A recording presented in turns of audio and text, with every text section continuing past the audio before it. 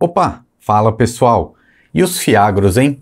O que você acha? Você acha que ele é uma grande armadilha, que os fiagros vão quebrar? Ou, por outro lado, eles são muito promissores e uma verdadeira máquina de gerar altos dividendos? Tem uma boa notícia aqui que eu tenho essas respostas para você hoje que eu busquei num evento que aconteceu aqui em São Paulo, que foi o Fiagro Experience. Aconteceu na sede da B3, aqui em São Paulo. Foi um evento muito interessante porque vários gestores conversaram com a gente sobre isso, pessoas especializadas no setor do agronegócio, lá do campo mesmo, pesquisadores, para nos trazer essa clareza, para a gente esquecer, às vezes, de olhar só os números que a gente vê na tela, mas entender o que tem por dentro, o que está por trás desses fundos. E tem muita coisa importante que eu preciso te alertar a partir de agora. E o primeiro ponto é a gente falar um pouquinho sobre esse cenário atual, o que está acontecendo com os fiagros. Tem oportunidade, mas também tem muita crise envolvida. Vamos começar olhando os números. E já está aqui na tela, dentro do site do Investidor 10, a lista dos fiagros. E aqui a gente já consegue ver algumas coisas muito claras, né? O dividend yield está muito alto. Tem fundo pagando quase 16% em dividendos ao ano. Fundo pagando 19,4%, 16%. Então o dividendo ele está altíssimo. E já nesses números breves aqui que a gente consegue ver, tem muito fundo que caiu, muito fundo descontado, ou seja, tem fundo aqui com PVP de 0,7, 0,8, 0,6, ou seja, foi uma queda que aconteceu no mercado de fiagros, fez o PVP cair, né? Então a cota desse fundo caiu, automaticamente o dividend yield está bem alto. Vamos olhar um pouquinho mais em detalhes aqui com o ranking dos fundos imobiliários. Então a gente vê aqui, ó, dos maiores fundos que a gente tem na nossa bolsa. Eu vou, na verdade, filtrar aqui pelo resultado, pela variação dos últimos 12 meses. Então veja, muito fundo em queda, queda de 36%, queda de 25%, queda de 24%, isso daqui já contando os dividendos. Então realmente a gente vê aqui um certo mar de sangue, né, uma crise que se colocou nesse mercado, que a gente vai falar aqui na sequência. Que oscilação, sim, é normal, deve acontecer, mas houve um excesso de euforia e agora, na minha visão, está havendo um excesso de pânico. E aí, se a gente até colocar aqui, se eu clicar de novo, para a gente ver que alguns estão no positivo, tá? E eu acho que isso é legal a gente ressaltar que mesmo nesse cenário de muito pânico, alguns fundos estão performando positivamente, como por exemplo esse daqui, ó, o CRAA11, que veja que ele está no PVP com o valor justo dele, pagando um dividend yield de 14% e conseguiu manter aqui, mesmo nesse cenário adverso, ele conseguiu terminar positivamente esses últimos 12 meses. Inclusive, o gestor do CRA11, ele esteve lá nesse evento também, daqui a pouco eu mostro até aqui algumas fotos, que eles são da gestora da Sparta. E ele justamente falava que eles não precisaram mudar muito o jeito que eles trabalham, ou seja, os ativos que eles compram, porque eles já têm essa característica de serem mais high grade. Tá? Então esse daqui é um ponto muito importante que eu vou falar no vídeo com vocês hoje. Tem alguns fundos que são mais seguros e alguns que são mais arriscados. Isso também no mercado de fiagros, tá? Então os high yield estão com mais problemas. High yield são aqueles que, na teoria, pagam mais dividendos, mas têm um crédito um pouco mais arriscado. Agora, a gente indo um pouco mais adiante sobre essas grandes lições que eu tive lá no evento e quero passar para vocês, será que vale a pena investir em fiagros hoje? A gente já vai trazer aqui algumas reflexões importantes. Na verdade, até o primeiro painel que a gente teve lá nesse evento da B3 aqui em São Paulo já foi muito importante, porque tinham alguns gestores de fiagros lá falando e também tinha um pesquisador que é realmente um conhecedor profundo do mercado de agronegócios, né? Então até anotei aqui algumas coisas que a gente precisava conversar aqui. Primeiro ponto.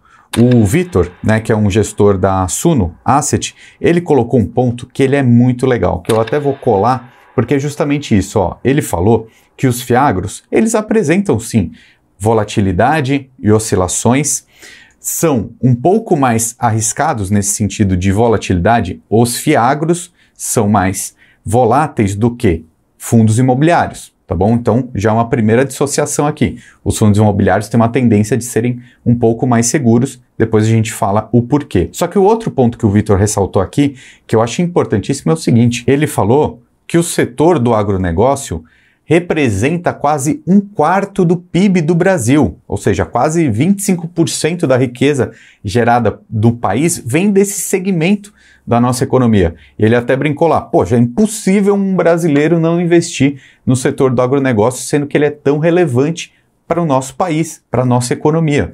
E esse é um alerta, uma reflexão importante, né? Até porque os FIAGROS, eles surgem também como uma nova ferramenta para nós investidores conseguirmos nos expor a esse setor da economia. Então acho que esse ponto ele é importantíssimo sim. E por outro lado também, para o produtor ali, para a cadeia do agronegócio, é importante existir esse mecanismo como o FIAGRO, como mais uma possibilidade dele se financiar. O setor do agronegócio depende muito de crédito. Por quê? Já até o outro ponto que eu quero trazer para vocês. A gente tem que entender o que tem dentro desse fundo. Então, por exemplo, a gente está aqui olhando as métricas do dividend yield, do PVP, só que a gente não pode esquecer que lá dentro desses fundos tem muitos CRAs que depende muito do produtor, do setor do agronegócio lá, e basicamente, presta muita atenção aqui, quando a gente fala de FIAGROS, a gente depende muito das commodities, tá? Então a gente vai ter que saber qual é o preço da soja, qual é o preço do milho, qual é o preço do açúcar, quanto que está a cotação do dólar, porque esses itens são cotados em dólar, como que está a safra esse mês, ou seja, a colheita, a plantação, se esse ano a safra está melhor do que o ano passado. Para mim, esse é o maior ensinamento que a gente pode ter. Por quê? Isso tudo funciona assim há muitos anos. Quanto que valem as commodities? Quanto que está a cotação? Inclusive, um dos primeiros painelistas lá, o Mauro Ozaki, se eu não me engano é o nome dele, pesquisador focado no setor do agronegócio, ele disse que é muito normal isso, que o setor do agronegócio ele é extremamente cíclico, né? Que ele depende da plantação, da colheita, da safra, da cotação do dólar, do apetite estrangeiro pelas nossas commodities, né? O que é commodity? É matéria-prima. E ele foi perguntado, lá foi a primeira pergunta do evento, o setor do agronegócio vai quebrar? E ele prontamente respondeu, não vai quebrar, mas o setor agro ele vai mudar de mãos. Por que ele quer dizer isso? Porque isso é muito comum acontecer.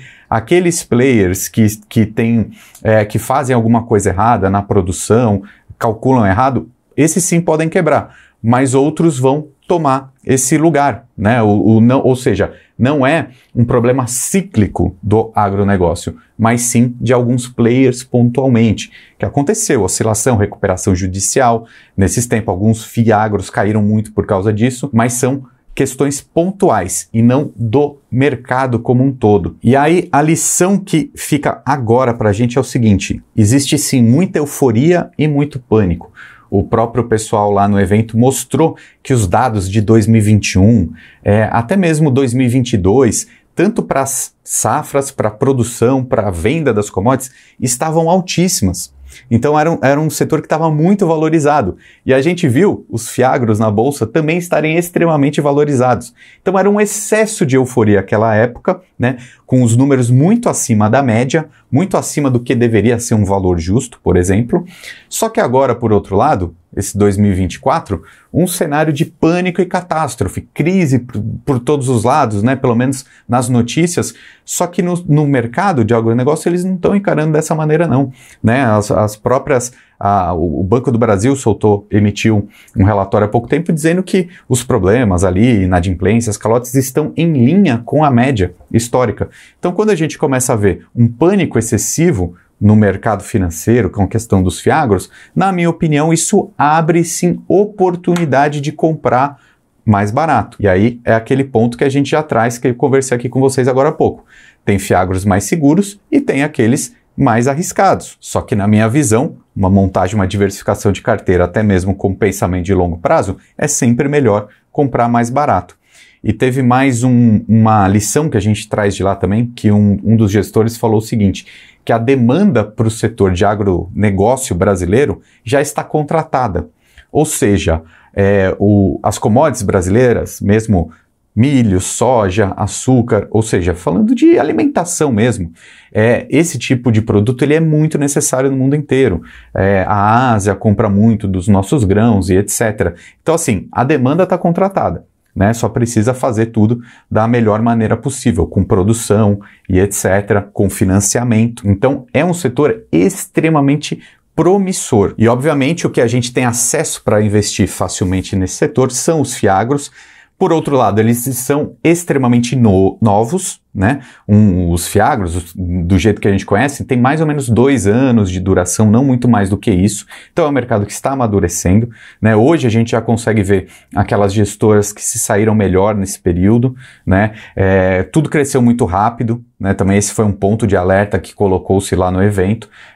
De repente foi crescendo tão rápido esse mercado num momento de euforia que alguns contratos foram mal feitos, né? Mas não é sistêmico, são problemas pontuais. Então eu vejo esse mercado amadurecendo e ele ser sim muito importante tanto para o Brasil quanto para os investidores, para uma carteira de investimentos. E eu acredito até que seguindo essa linha, essa tendência, no futuro o setor dos fiagros pode ser até maior que o setor de fundos imobiliários, mas para tudo isso o mercado está agindo, né? Tanto os atores aqui do mercado financeiro, que são da Bolsa de Valores, quanto os produtores rurais. É interessante para os dois, é interessante também para os investidores, mas problemas pontuais podem acontecer, mas o setor ele é muito grande, muito promissor, muito poderoso e a crise não é sistêmica. Então, na minha visão, abre-se sim oportunidades para quem pensa para o médio e longo prazo. E para você que quer entender mais sobre esse assunto e outros assuntos de investimento,